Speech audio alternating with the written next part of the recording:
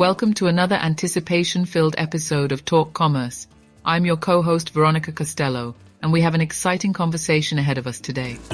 Joining us, we have Tobi Buxhoidt, the dynamic co-founder of ParcelLab, an innovator transforming the landscape of post-sales customer interactions on a global scale. Tobi's unique perspective on logistical operations and customer experiences will surely give us some interesting insights. As always, we are joined by our insightful guide, Brent Peterson.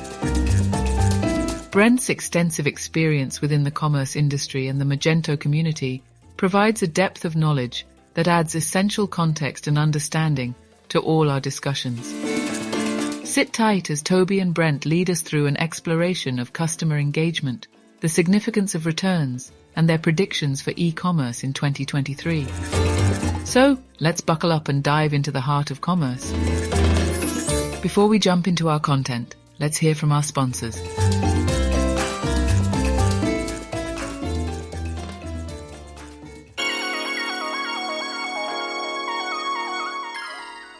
Great news for the Magento community. Hoofa is now fully supported by Amnesty, the #1 Magento extension provider. With a catalog of over 250 Magento products and solutions and a full range of custom development services, Amnesty actively invests in providing compatibility with the Hoofa theme. 33 solution compatibilities have already been released and are available as part of the regular product subscription with no extra charge. And many more new compatibilities are coming. In partnership with Hoofa, Amnesty is focused on providing its clients with high-quality extensions, great performance, and a high level of service. Visit amnesty.com for more details. That's AMASTY.com. And remember to tell them Talk Commerce sent you.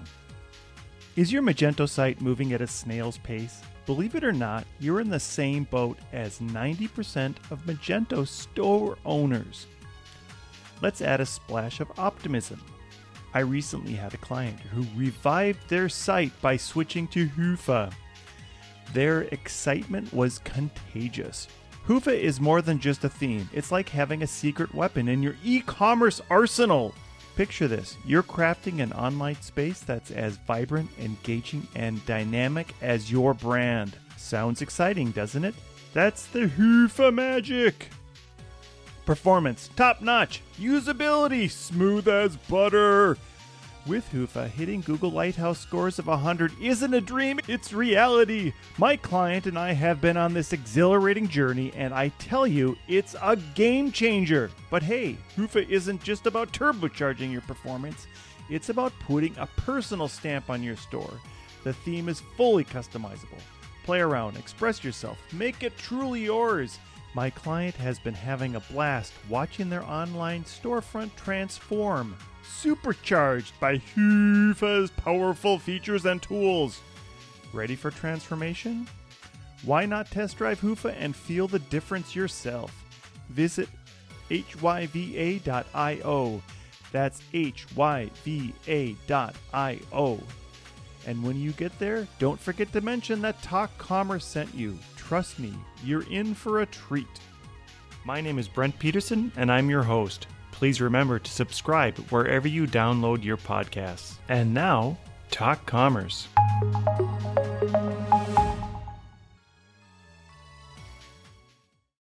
Welcome to this episode of Talk Commerce. Today I have Tobi with ParcelLab. Tobi, give us an introduction, pronounce your last name, tell us your day-to-day role, and maybe one of your passions in life. Thank you so much, Brent. So starting off with my last name, this is Buxhoidt. It is a German name, so this is why it might not be too familiar with some of the American folks out there. It's unique here already, so I don't expect anyone to being able to pronounce or recall it. But yeah, my first name, Tobi, is way more common. Yes, born in Germany, so that's where I'm from. I am based out of Boston. I spent quite a bit of time in the US. Right now, I'm commuting, I would say, probably every second week between the US and Europe. We as a company were quite international and global. So we have offices in London and in Paris and in Munich. That's where we're headquartered, actually, where our journey started. And then also in New York. That's my, I would say, frequent flyer program.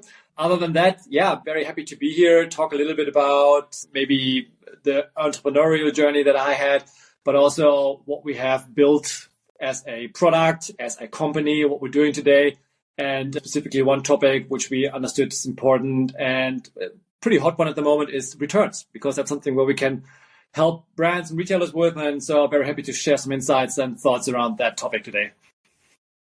That's awesome. Thank you. My first experience with Munich was I gave a talk about Magento. I'm in the Magento community. And a couple of weeks before the talk, we had all agreed that we were going to do the relay at the Munich Marathon. This is in 2014.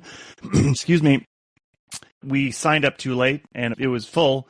So my wife jokingly said, I'm just going to sign us up for the whole marathon. And this was 3 weeks before we were going to go.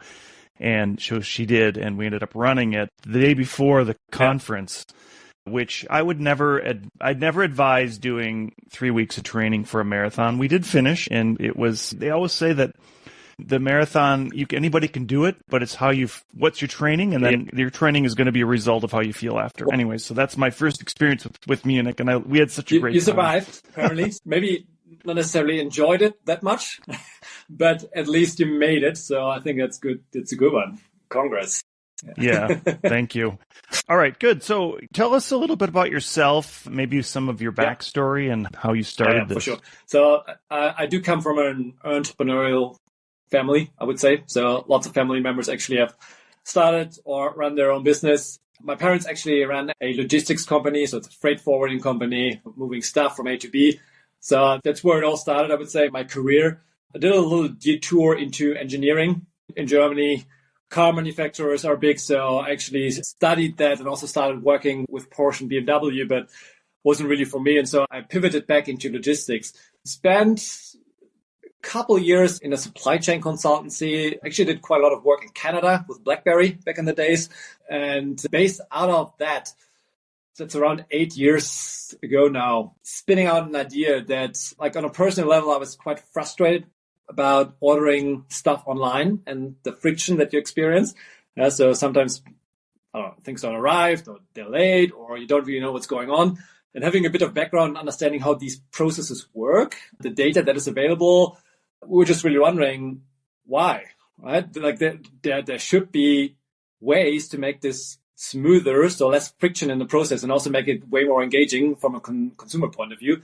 And so we started looking into this topic, and this is how we then ended up founding ParcelLab. So that's what the company is called, and built a product around, I would say, while it started in the logistics space, is now a pretty much consumer, customer engagement, customer experience, customer communication tool, because we help brands to control and manage their post-purchase experiences. So this is everything around your sourcing processes, your warehousing processes, your delivery, your returns processes. So whenever you do move physical product against an order, so against a customer expectation, it is important to communicate about this.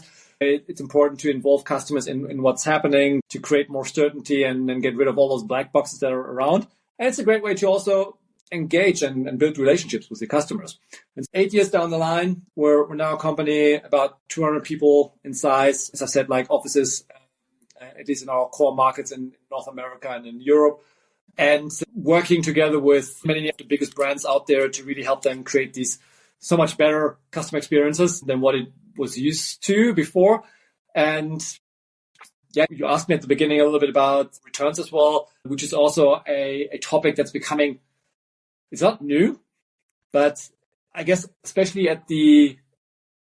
within the current environment where obviously the economic pressure becomes higher, consumer spend is going down, all businesses now look more into how can we run our entire company more efficient? What kind of levers do we have to actually either save cost or just maybe also make more out of the customers that we already have? And for us, this is pretty much down our alley, because when you look at the post-purchase landscape or the post-purchase experience, everything that happens after you purchase something, this is more or less the most critical element for every retail brand out there to make customers happy, and to actually make them come back. And I guess we all in that space know that acquiring a customer has become so crazy expensive. Yeah. So it's super, super hard to still differentiate on the products that you're selling. It's so hard to differentiate on the price, right? Because you don't want to really win on price. And all these things actually then lead to one of the probably biggest option and potential that you have is to differentiate on experience. So who you are as a brand, how you serve your customers, how you deliver on expectations. And this is where customer experience in that post-purchase world is just so important, and returns being one puzzle piece of that journey, yeah, is just an absolute necessity to nail it if you want a customer to also enjoy the process and ideally come back and buy more stuff afterwards, if that makes sense. Yeah, absolutely. I think this is such an interesting topic nowadays, especially that as soon as somebody purchases something, that opportunity you have to keep that customer engaged with your brand between the purchase point and the delivery point, that before that return could possibly happen, you have an opportunity to engage with them in that time frame in which you're going to ship it, yep. Right? And then in with that, you always have that ability to make sure that the customer's up to date if there's a delivery delay or anything like that. But aside from that, just that engagement within that period. Talk a little bit about that, like the purchase to delivery.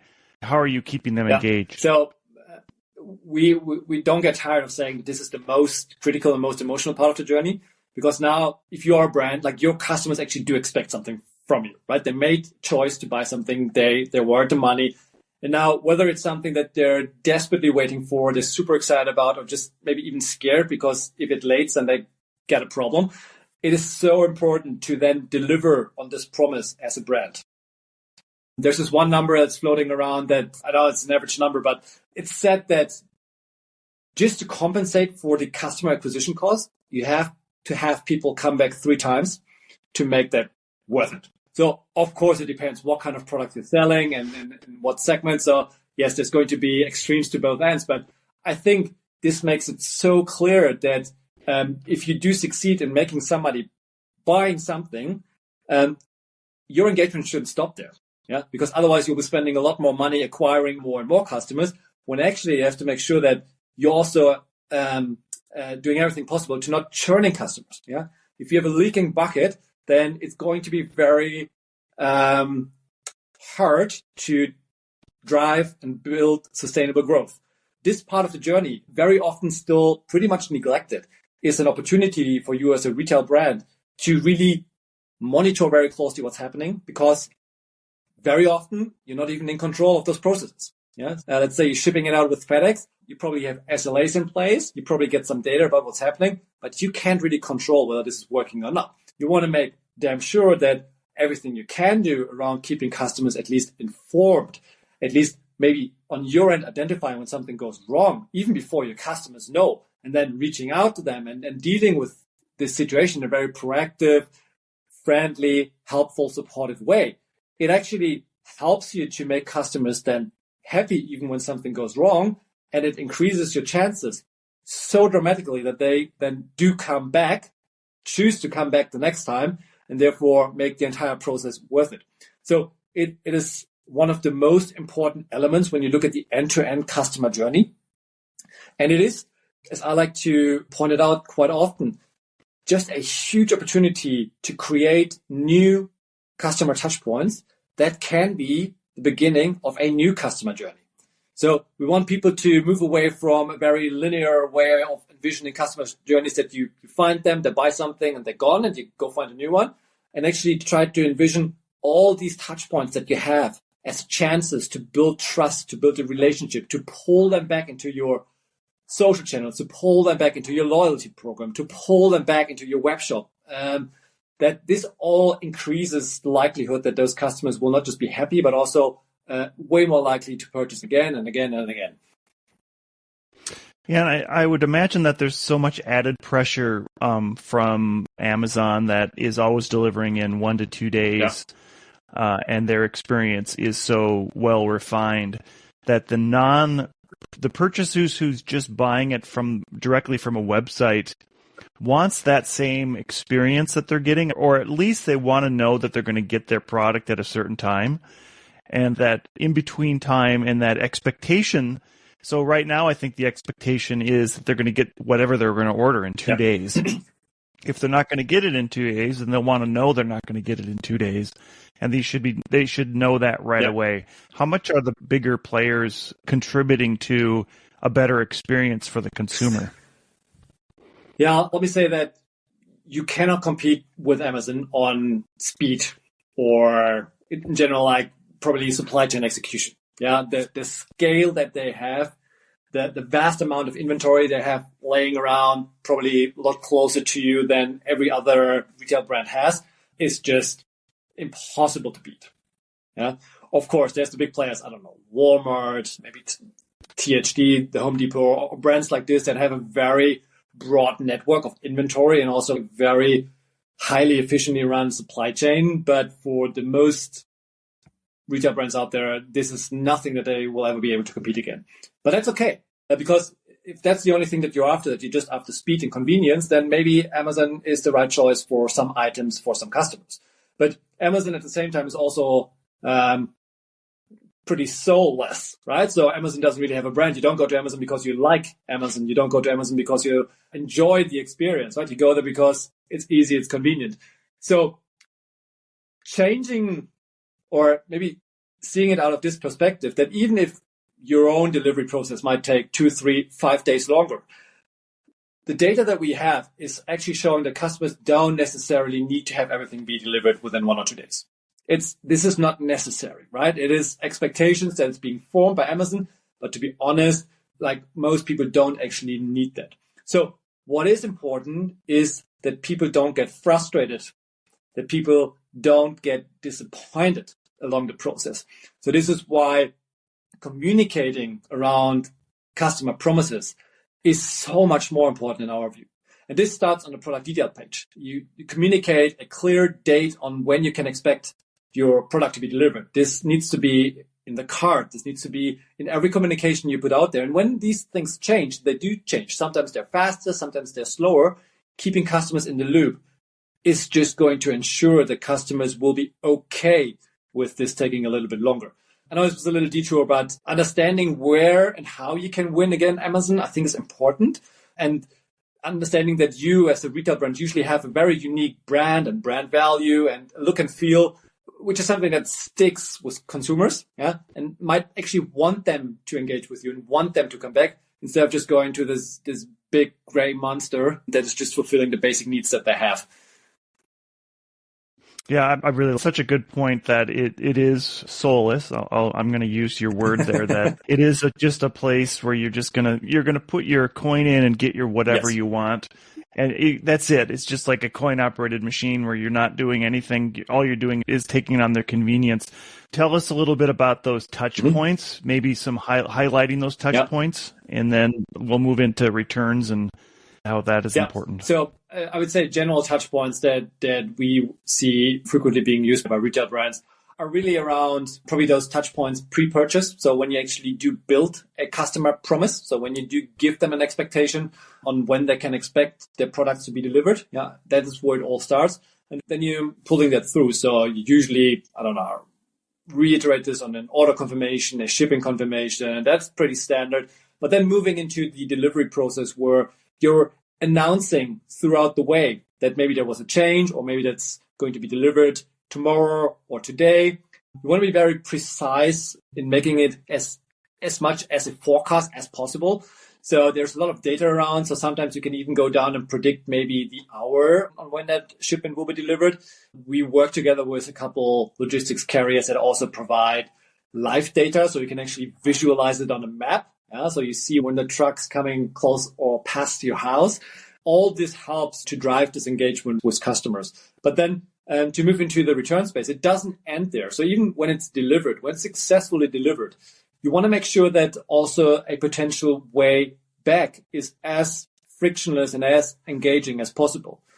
The first thing you usually have to do to start controlling this is, just like Amazon has showed it, is to digitalize the process.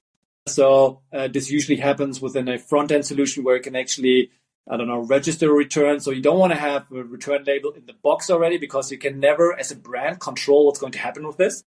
At the same time, it's going to be the same experience for everybody.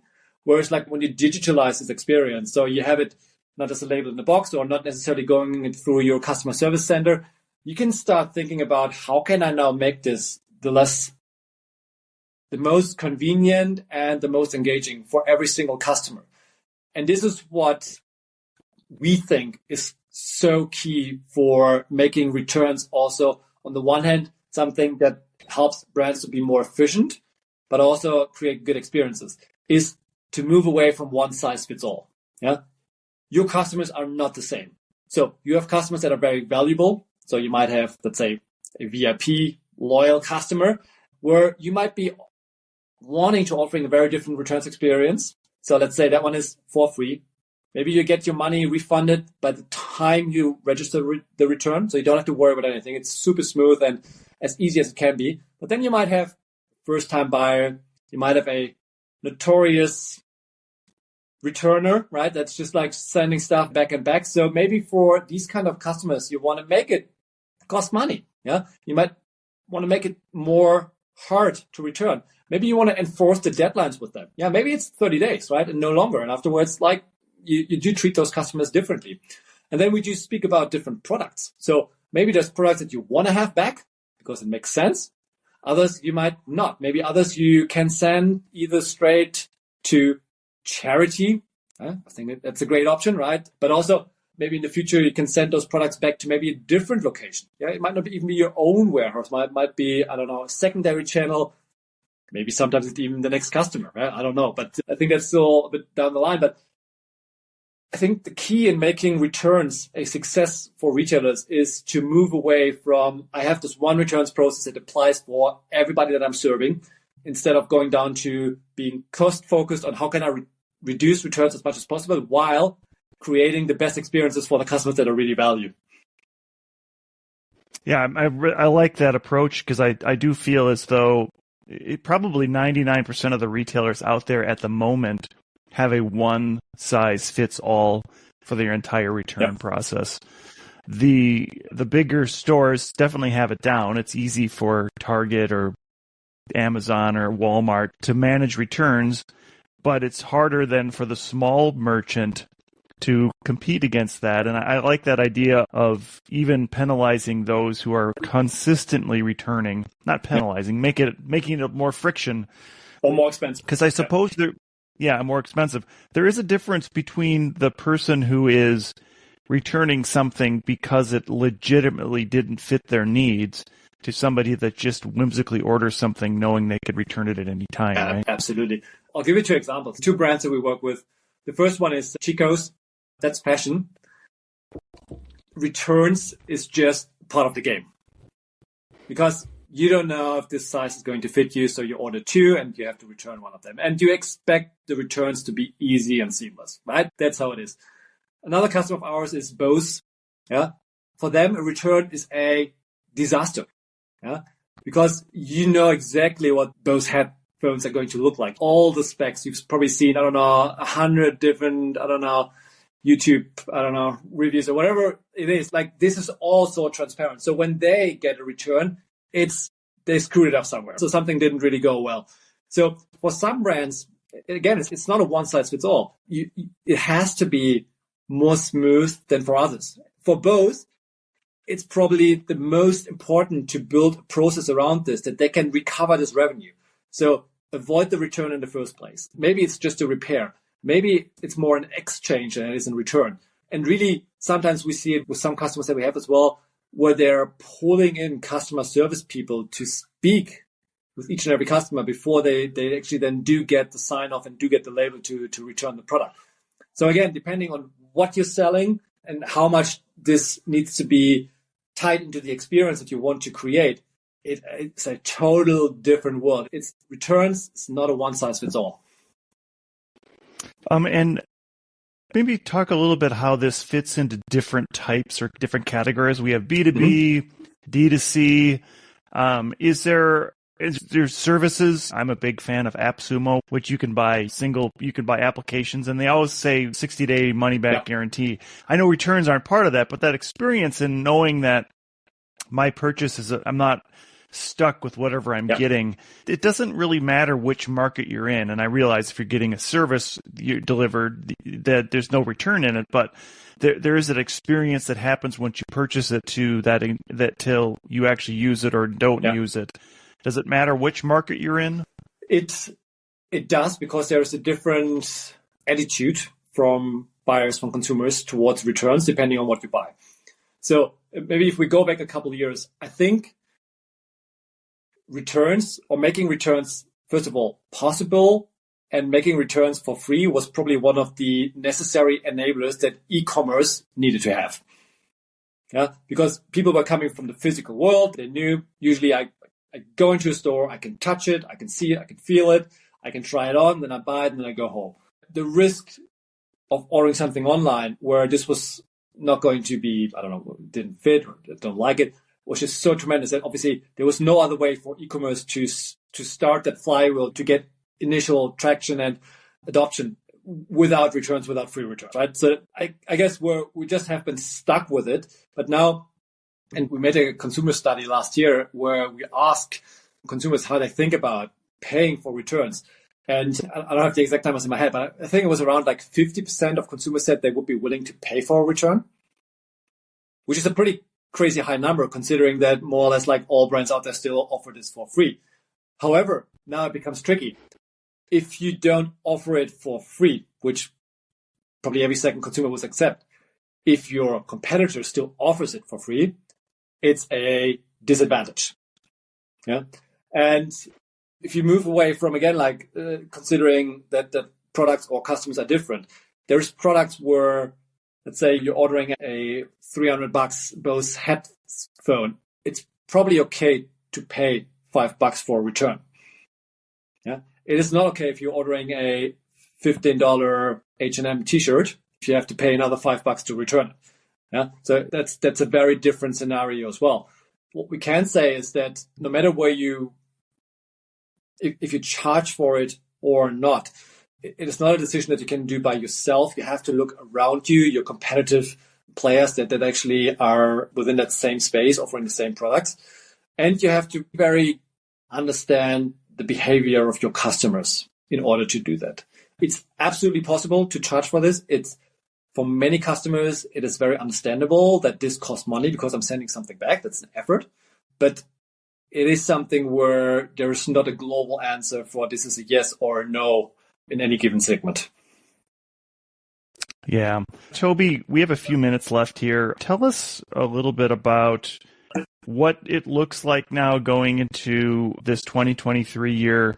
Is there anything consumers should be top of mind when we talk about that post-purchase journey? If you had one piece of advice you could give somebody, what would you say to them? Yeah, I would probably really come back to what I said earlier on as well.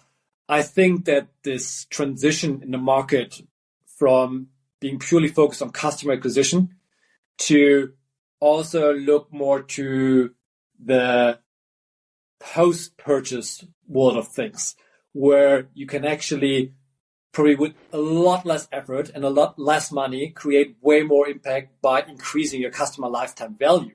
Yeah. So working on retention, on loyalty, and on just making customers happy and make them come back is going to be one of the key elements in this economically challenging situation where there's less money available, competition is tougher, and every business for itself has to really, I don't want to say move into survival mode. Some have, right? But like just running in a healthy and sustainable way is not going to be possible if you don't have a high customer lifetime value, right? Otherwise, it's just a race to the bottom. If you're building a business that is focused on scaling and growing through customer acquisition.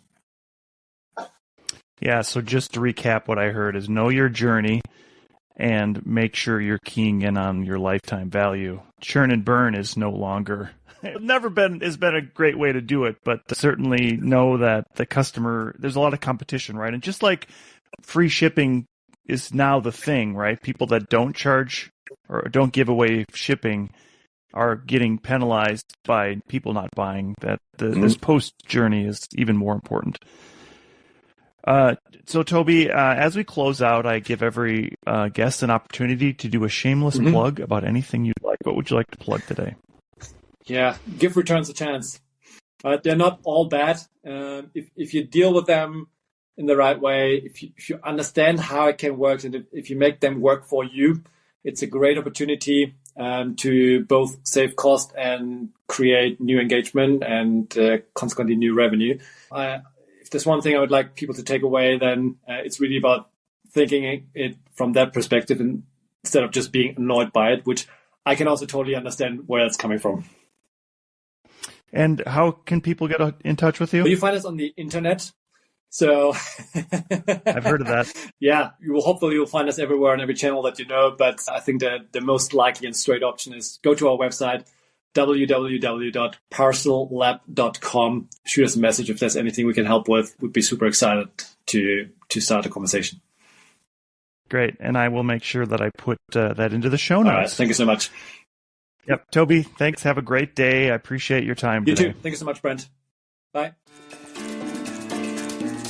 Thank you for making it to the end of this episode of Talk Commerce. Please rate this episode wherever you download your podcasts. We are actively looking for people to participate in the Free Joke Project. Go to talk-commerce.com and sign up for your free spot on the Free Joke Project. If you are a business, I will do a 30-second elevator pitch in the spot to help promote your business. That's talk-commerce.com.